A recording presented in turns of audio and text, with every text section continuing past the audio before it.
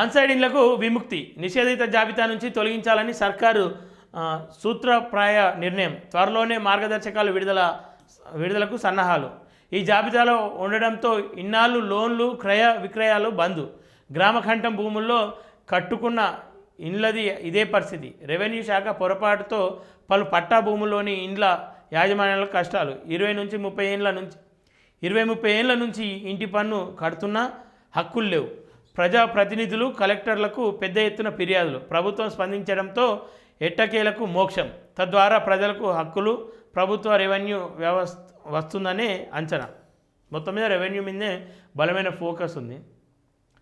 Aside భూముల్లో ఇండ్ల జాగాలకు ఎట్టకేలకు మోక్షం లభిస్తుంది.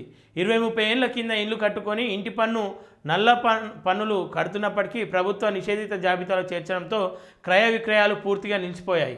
ఆయా జాగాల్లోని ఇండ్లకు కొత్తగా కట్టే ఇండ్లు నిర్మాణానికి పర్మిషన్లు, లోన్లు కూడా రావడం లేదు.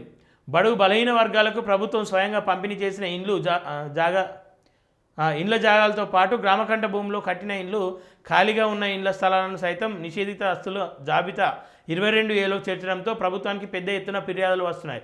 ఎమ్మెల్యేలు కూడా మంత్రులు సీఎంతో గోడు వెళ్ళబోతున్నారు.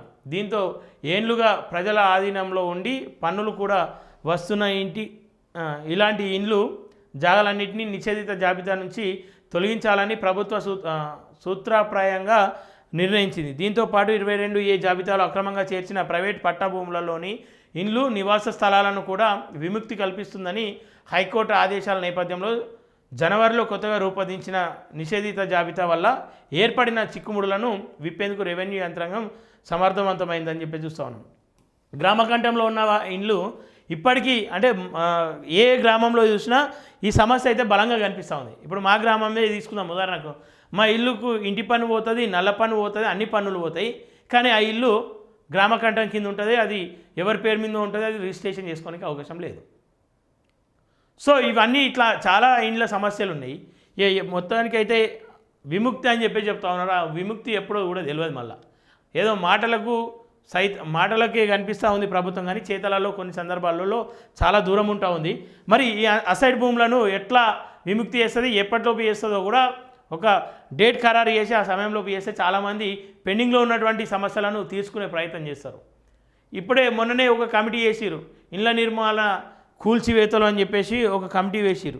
అది ఏంది అని చెప్పేసి అంటే, గ్రామాల్లో కావచ్చు, పరిసర ప్రాంతాల్లో నిర్మాణమైనటువంటి కొన్ని ఎవరో స్టేటస్ పెట్టిరు, ఎంఆర్ఓ వీళ్ళందరూ కూడా దాంట్లోకి వస్తారంట, ఆ కమిటీలో ఉండబోతూ ఉన్నారంట. మరి అనుమతులు ఇవ్వండి, వాళ్ళే అనుమతులు తీసుకోవడానికి సిద్ధంగా ఉన్నప్పటికి కూడా ఇది ఏంది సరే. ఎట్టకేలకు ఈ అంశంలో మాత్రం ఖచ్చితంగా ఈ నిర్ణయం తొందరగా పూర్తి చేస్తే బాగుంటుందని చెప్పేసి అయితే కోరుతూ ఉన్నాం.